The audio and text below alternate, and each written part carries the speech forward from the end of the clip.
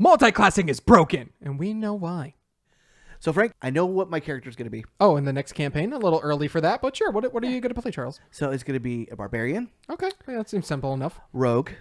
A barbarian rogue. I mean, I guess you can make that work. A couple of levels of warlock. Wild magic sorcerer. Okay. I think I'm going to go with paladin for a level. Ooh, ranger for 3 levels. Okay, Charles, this is getting kind of silly. How many other classes are you taking? Fighter, paladin, rogue, warlock, sorcerer. Hi, welcome to What is Tabletop, where I, Frank, am a GM of 10 years, and with me cleric, is Charles. And monk. Again? Yes, I will double dip into monk. We're talking about multiclassing and how it's broken in 5th edition Dungeons & Dragons. With me is Charles, who I don't think you've ever multiclassed, have you? You have? Yeah, I usually multiclass with a fighter, so I'll do I did fighter artificer, and then I reversed it one time. So that is true. He did do that. Anyway, we're talking about all of those things. But first, like, comment, and subscribe. He's not used to saying that, I guess. No, I'm not. Usually you do it. Fine. Talk about the Discord, Charles. Join us in our Discord and talk to us about all your fun types of multiclass. What's your favorite? I bet it's peanut butter and jelly. And join us on YouTube members or Patreon, and you can get a shout out like Agile Monk, who actually joined us during a live stream. So you can actually check out, well, if you're a member, you can check out the live stream. But he was really cool. We appreciate it. Thank you, Agile Monk.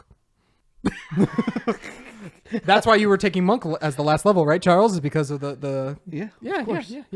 All right. So what are we talking about? So today we're going to be talking about multiclassing, which can be a really fun thing to do. Yes, and here's the thing. All right, this was inspired because of 2 things. 1, Matt Colville released a video, and we'll talk about that in a second. 2, and more importantly, our best watched video from 4 months ago is our classes video, so we got to do a follow-up. So I'm assuming you haven't seen Matt Colville's video on the subject, have you? I only watch our videos on YouTube.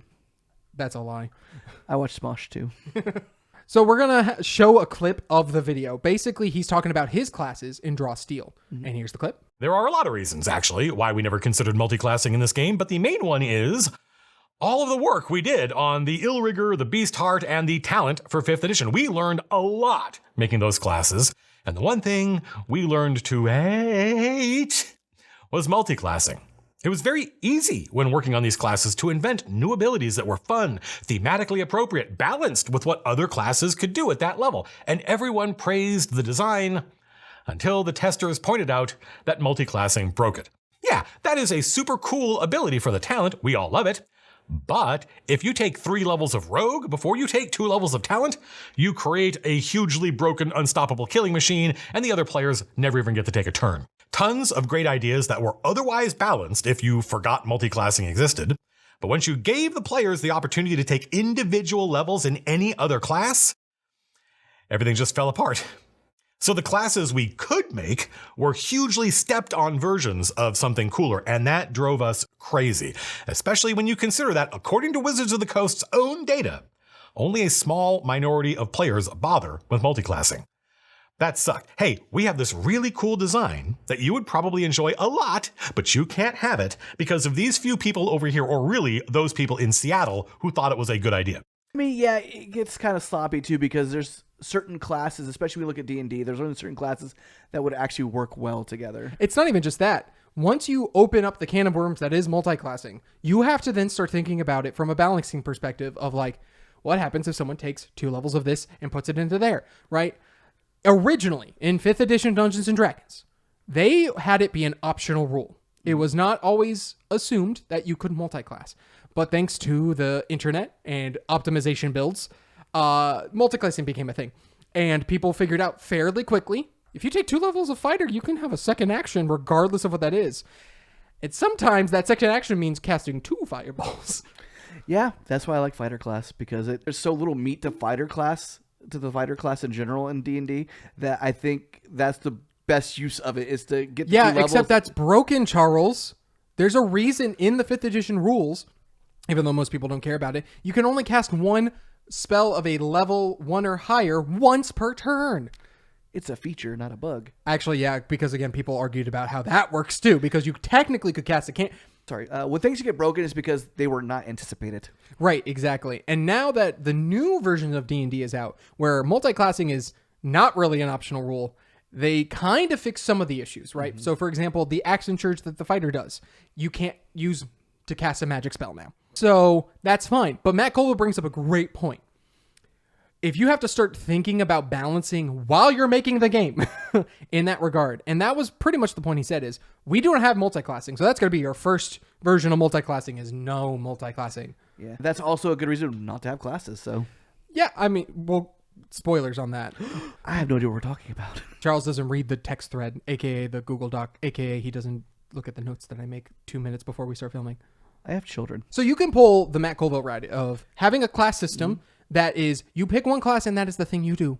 And you are stuck in that class. And that is okay because we have an experience that we as designers intended for you to go down. There's some benefits to that. It's easier on the designers. They don't have to start thinking about all of these weird niche scenarios that we talked about, right? What happens when a paladin gets access to 6th level sorcerer spell slots way too early? A lot of things happen, bud. It feels like it's really easy to sidestep certain things when there's not rules guiding you on those things when it comes to multiclassing. I think if you allow for other means of customization outside of multiclassing, because I think that's kind of the problem with 5th edition, then you can fully express the character you're wanting to make while not having to worry about balancing issues in that regard. Have you ever wanted to eat your monsters in D&D? Charles, what the heck is wrong with you? Why would you want to eat a monster? I'm just talking about our sponsor for today's video, the Ugly Goblin's Cookbook. That makes sense. In a world filled of great magic, why not be able to just have some fun by eating the monsters you're fighting? Our dragon is spicy. Who knows? You're not just getting recipes for cooking the monster, you're also getting mechanics for harvesting the monsters and using them for the food. And conveniently, there are recipe cards to make specific meals out of your monsters. And if you back now using the link in our description, the Kickstarter has some very fun limited time offers, including using your own original character in the cookbook. Ooh. Not to mention, you can also contribute ideas. So if you want that spicy dragon that Charles is talking about, make sure you back it now. What kind of dragon would be spicy? A red dragon, obviously. I'm feeling a little hungry now, Charles. We should probably go eat. All right, let's go hunt some goblins. And ultimately, what could end up happening to completely resolve it would be to get rid of multiclassing and having the class combining just the 2 or 3 classes and make it spoilers, Charles. I told you to read the thing, and you're just spoiling everything. I'm gonna stop talking and just I'm gonna ask the questions. Give me cue cards. Good. All right. So let's talk about 5th edition. Let's talk about 5th edition. You actually have played 5th edition. You know 5th edition. You're running a 5th edition campaign. I am. So you will know the horrors of multiclassing. Well, fortunately, I'm playing with a bunch of new players. I think only a couple of them know about multiclassing, so I haven't talked about it. So here's the problem with 5th edition multiclassing, which is the idea of you take a level in a class and then you can take levels in other classes as long as you fit criteria, prereqs. Here's the thing. Those prereqs are usually not enough to stop people from multiclassing. Correct. Right? Especially when you have combinations that are super good. Right? The sorcerer, paladin, very good. The fighter with almost anything, very good. Especially since you just need to have a high strength or dexterity. And let's be honest, everyone usually has at least one of those pretty, like 13 or higher. Yeah, because those are your attack stats, basically, so yeah. And not even just that, like if you're a wizard and you are using intelligence, you're using dexterity for defense. The prereqs kind of don't matter at that point. Again, the problem is that it's insanely broken. If you look at every optimization build out there on YouTube, all of them eventually multi-class because you're getting the benefits of all multiple classes so much, especially in 5th edition where they pack in a lot of the features into first level, right? The barbarian has so much going on at first level. If you take a 1-level dip, you're getting a lot out of that. Because as we know, first level characters are fairly squishy. Yeah, and I think that's intended, that you're supposed to want to have all of the things to play the character early on, right? I want to feel like a barbarian at first level. Like, it is funny to me how many actual plays, including the new Critical Role, they're starting at 3rd level, which kind of implies something to me, but we'll talk about that for a different video. I think that one proves how busted they are. 2, the amount of times I played in a campaign where the second one person multi-classes, the difficulty needs to be ratcheted up. Happens all the time. Then that makes the rest of the players feel like they have to multi-class. And now what used to be a fun decision, right? If we look at Critical Role as another example, Liam is probably the first instance I've seen of a triple multiclasser because of what his character went through. Not because of a broken build. He went from a rogue to a paladin. That's not a good combination. To a druid. That's a terrible combination. But he did that because that's what Vax, the story he was trying to tell with Vax. And that's really cool in that regard. I think that shows the deeper issue of 5th edition not allowing characters to be expressed enough with just the base class and subclass and feats. And you know what? That's a fair point too, because sometimes you want to play a character that just doesn't exist. You know, like this is what I want to do with my character, but I'm gonna have to multi-class into this character in order to gain that benefit. Yes, I mean, like if you want to be a flying monk, you have to either get some magic items or you have to do some external things to make it work. Some of that, which is in your control, some of that is not. Again, there's a lot of pre-planning into that too. And then if you're starting off at first level, even like you have to wait, to certain times to get to those the points you want to get to as well. I think a character that has 2 first levels versus a character with 1 2 level, that makes sense. Yeah, I think that multi-class character is always going to be better. Yes, more often than not. I would tend to agree with that. So that's one of the means you can do it. We have games over here that actually still handle multi-classing pretty well, and arguably 10 times better than how 5th edition does it. Say it ain't so. I will not go. We're keeping the lights on. Carry me home. What's the first game we're going to talk about, Charles? Pathfinder. 2E. Specifically 2E, revised edition, all of that. Pathfinder. This does it, I think, the best way. The reason is Pathfinder gives you an insane amount of feats. Like, an insane amount of feats. You get a feat every level. If not, multiple feats every level, depending on your build. So you're like a centipede. So, I hate you sometimes. You get a lot of these abilities that you're going to be able to pick and choose from different sources. Now, let's say you want to multiclass. You technically can't multiclass in it. However, you can choose archetypes. And depending on the optional rules you choose, everyone gets an archetype every other level, I believe, or every certain levels. So that's an included thing. Think of archetypes as like how 5th edition wants subclasses to be, where it really flavors the character. Okay. That's kind of what archetypes are. So you can take like the swashbuckler archetype. Now even though you're a paladin, you are taking the swashbuckler archetype and you're doing some of the things a swashbuckler can do, but not all of the things. Okay. And that's how they do multiclassing is they have archetypes that are like, Beastmaster, which isn't necessarily a class, but then they might have archetypes that are for that class. And that means you get to double dip. You get the benefits of multiclassing in the sense that you get those abilities, but they're never going to be as good as if you weren't that full class. So my first question about that is, because I've never played Pathfinder, but I really want to. So you have your class and you have your archetypes. Are there prerequisites for these archetypes? Do you have to have a certain skill or a certain number? I believe so, but that's not to be surprised by the fact that just their generic feats do that as well. Like the feats that aren't archetypes also do that. There's a lot of building on top of it. But this allows you to flavor your character, if you need to, in a very interesting way. And then you can have like some cool customizability of like, I'm going to take this archetype with this class this time, but then I can have the same archetype with a different class and it can feel a little different. Or you could have all the party members have the same archetype, and then that's how they connect each other initially, but their main classes are different. Now let's talk about Traveler. So Traveler also technically does this, right? We talked about this in a different video. Check it out. It's really fun.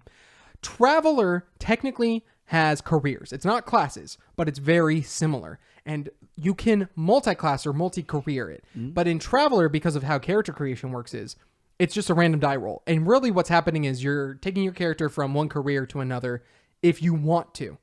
Now, here's what's interesting about Traveler. It forces you sometimes to have to take a new career, which I think is very interesting, right? Like, yeah, you might, like, I think you were, a drifter that then became a noble, and then you got to keep being a noble for super long. Yeah. And so, obviously, like, if you play to your stats, like, if you have a really high social standing, you might be a noble, like, your entire time. But if you also maybe want to take a few fighting skills, you can go to a different career path, like the Marines, and get a fighting skills from there. The thing is, every time you do that, there are consequences. Because in Traveler, once you get to a certain age, you must start rolling for age. And that's where I messed up in our campaign of Traveler.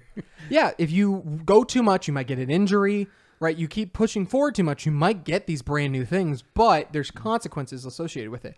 I like that.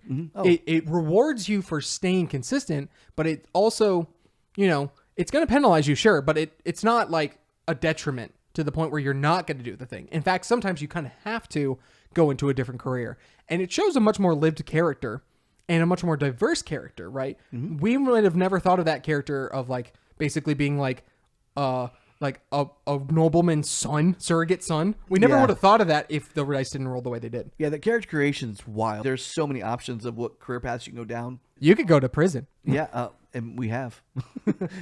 But like there's some interesting things that come out of getting the prisoner path, right? There's some paths that are locked to certain stats, right? Like the basically psionic path, like being able to have psychic powers. You have to roll a specific thing, and then if you're lucky enough, you get to have it. That was the one thing too, because I would love to have gotten it, but it's one of those things when you're rolling for it, it's really hard to get it. You could fudge some things and make it to where it's open to everybody, stuff like that. But I do like the idea that it is kind of hidden. A rare thing. Yeah, I think absolutely. that's fun.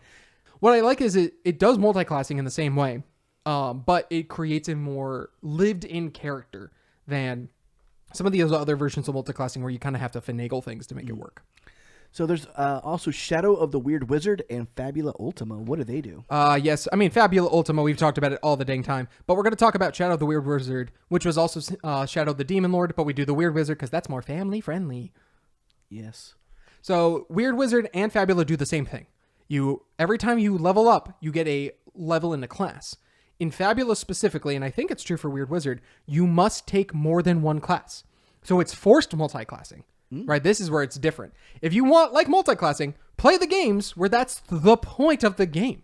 Does it force you at the beginning to take multiple So classes? in Fabula Ultima specifically, you start at level 5 Oh, because you have 5 levels to put into different classes. Oh, so it's kind of like it's kind of like a point build type thing where you're like, okay, you have 5 levels, you get to choose. You have to at least choose 2. I think One you thing, can do multiple 3 levels. stuff like that. Yeah, Okay. yeah, that's the idea. And what's nice is they give you some builds already. Because obviously, if you've never played this before, you might be like, that's weird. I don't know what I'm doing. But it gives you some like archetypical characters. Like, do you want to play this kind of a character? Cool. These are the kinds of levels and skills or classes you want to take that'll make this kind of a character. Right. And so I think that's actually a really, again, unique and cool way to do it. It's not forcing you to be like, these are the only classes you can take. But at the same time, it is making your character unique and diverse. So we could take the same class of like Wayfinder, but then you take Sharpshooter and I take like one of the spellcasting ones, and now suddenly we're super different. We might both be Wayfinders in the sense of we're able to find a path, and maybe that's what the campaign's about, right? Because how many times have we played campaigns? And again, Traveler does this too with its its character packs with its skill packages. How many times have you played campaigns where you're like, oh, we're all going to be like thieves? It's like, that's cool. Well, how do you signify that you're all thieves? Are you all going to be rogues? I guess, but then we're all kind of playing the same character. Yeah, exactly. So it sounds like this is more like it builds a connection between It can. It's yeah. not a requirement, but it can. Yeah. I just think that's a really interesting way to do it. It's basically saying pick the skills you want to have, and that's how you make your class. I think I'd love to play even a one-shot or a campaign of Fabula Ultima where you everyone has to have one class. Like your bottom class is all going to be this. Like everyone just agrees like this is our bottom class, and then because I would love to see how like the spider web, like just like going out. How does everyone handle it a little differently? Yeah, because I think the closest thing you can do in D&D is be like, you all must have a stealth that is a +5 or higher. Yeah, that's the and it's like that's not as interesting as like you must all have the Wayfinder class. Outside of that, do whatever you want, but you must have one level in Wayfinder.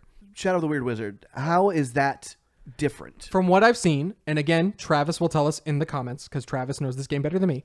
It's the same thing. You take levels in multiple different classes, but you take multiple of them and they stack on top of each other. And so that's the idea there. So they're pretty much identical in the sense of how you build your characters. I believe so. Okay. And again, tell me I'm wrong. You're wrong.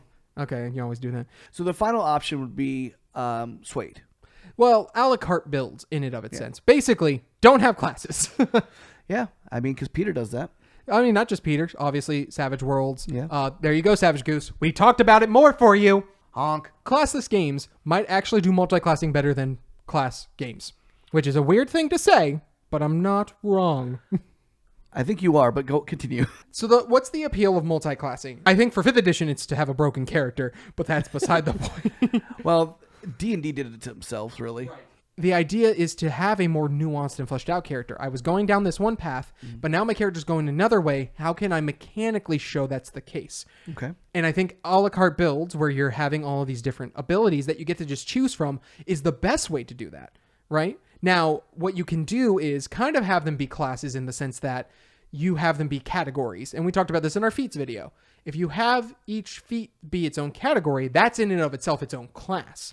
Okay. Right? This is the brawler category for feats. And you could say, oh, I'm going to be playing a brawler. Right? I'm a up close punch 'em guy. But then you might be like, well, let me take a little bit from the ranged section. Yeah. Or the magic section. Or the fourth option for couldn't think about section. I like your terminology of calling it a la carte, because that's really what it is. You're kind of picking and choosing how you want to build your character. Classes sometimes can take away because it feels like you're kind of stuck in okay, I can only do this.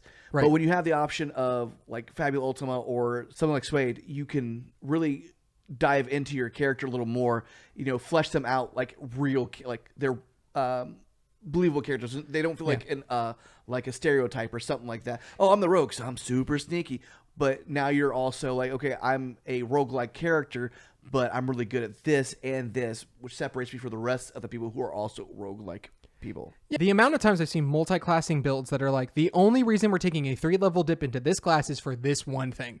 Like we talked about, taking a 2-level dip into fighter, you don't do it for the second wind or the fighter stuff. You did it for action surge at second level. A la carte builds get rid of that whole thing entirely. Yes, because at that point, it's more of just like, how do you want to build your character? What's the path you're going to put your character on? So really what it does is kind of takes you down the path of where we were talking about leveling. It feels like when it comes to classes, like Suede, it's more of a horizontal thing than it is a moving up in level. I think what's nice is, again, it shows you the freeform nature of being able to kind of make a multi-class and make your character your own. Because again, in my opinion, and you can tell us we're wrong, I think the point of multi-classing is to show a more established character. And so sometimes the best way to do that is by kind of getting rid of classes entirely. Yeah, that makes sense to me. I can see where you're coming from that. Now, again, I think the benefit of classes is that linear approach. I think that is a really good thing. But people who are multi-classing are intentionally breaking out of the linear approach in order to do that. So kind of wrapping up everything we just talked about, the main methods you can do in multi-classing is either not doing it at all and just have it be that linear approach like we're talking about. That is, to me, when classes are at the most beneficial, is that linear approach. Then you could hypothetically have the game be around multi-classing, right? Like Fabula Ultima, where the point is to do multiple different classes and build on top of each other to see how these puzzle pieces fit to make your own unique character. And then, of course, you can do Suede or like Star Wars, which is right here, where like they have classes, but it's really, just a la carte, pick it what you want, and occasionally you can pick from something else and take from that. I think that's the other way you could do it for sure. Yeah, I think there's a lot of ways to do multi-class or classless, if you will, to really flavor your character. Again, let us know in the comments other games that do it really well. I think for our game, we're kind of going towards the more like subcategory route. Yes. Right. It's like, these are the feats you can pick if you want to be good at this thing. These are the feats you want to be if you want to be good at that. Right. And so in a sense, that's class-based leveling. So that way it helps the people who are just like, I just want to be a brawler. I just want to be this archetypical thing. Cool. Here is my section that tells me all of those feats, and I can just find the ones I want right now and pick and choose. Yeah. But then if you're like, well, now I want to have a little bit more ranged options, or now I want to have a little bit more this or that options. We have those categories that you can choose from. Yeah. And I don't think we're going to be limiting on like, you can only be in one category at a time, because that is kind of similar to classes of like the restrictions and stuff like that. And that was something you and I had a conversation early on, because we really didn't want to do classes. I know I didn't really want to do classes because I felt, I like the idea, again, I enjoyed D&D, and I'm fine with how they do it. But for my game, I was like, I like the idea of being able to have that flexibility where you can dip into other things. Yeah. Like I'm going to, make my character the way I want to make my character. Now, I know Daggerheart has a multi-classing system, and looking into it, I have no idea how it works. You literally get a second sheet of paper, and it feels like it makes things 10 times more complicated than it needs to be. So I'm almost treating Daggerheart like we're not going to multi-class unless someone is really adamant about wanting to try, in which case... Again, I don't know about the multi-classing, but when you said an extra sheet, I'm like, that's already too much. I think, and like the amount of cards you have like kind of doubles because you get subclass cards and then Yeah. you get new domains that you get to add to. And I'm like, that kind of gets rid of the whole point of Daggerheart's streamlined nature. Well, that's the thing too. Like, well, my question is like, because you're only limited to having 4 or 5 cards available at certain levels, and like, Yep. So you'd have to determine which. I mean, Yeah. again, it makes it more flexible at that point. I'll give them that. So like, okay, but you're still limited to what you can do. Because there's so many cards even in the rogue archetype in the rogue class where like there's so much I can do with this. So like picking and choosing would be difficult. Yeah, I have thought of a mechanic that might allow for you to get one card from a different domain, but that is intentionally one card. Multiclassing, I think, allows you to do more than one, and it's like that just. I feel like that would break the game a little too. Maybe not. Maybe I think, not. yeah. And again, I think it goes against their design philosophy of just like the whole point is like, here is the paths you are choosing. And like, there's so many options already there. Props to Matt Colville and his team on just deciding not to do multiclassing. Yeah. I think like it's a little bold, but it shouldn't have to be. And I actually think it's probably the right move because now they don't have to think about, oh, when we make this new class, how is it going to pair with these other options? Absolutely. And that's why I like the idea of like having also like racial or species traits and stuff like that. Because I feel like that, like, like if you do it that way. Well, I mean, if we want to go old school, elf was a class. Which is funny to me. No, yeah. So like, then I guess being an elf barbarian would be a multiclass. Yeah. If you think about it. I'm an elf dwarf. What?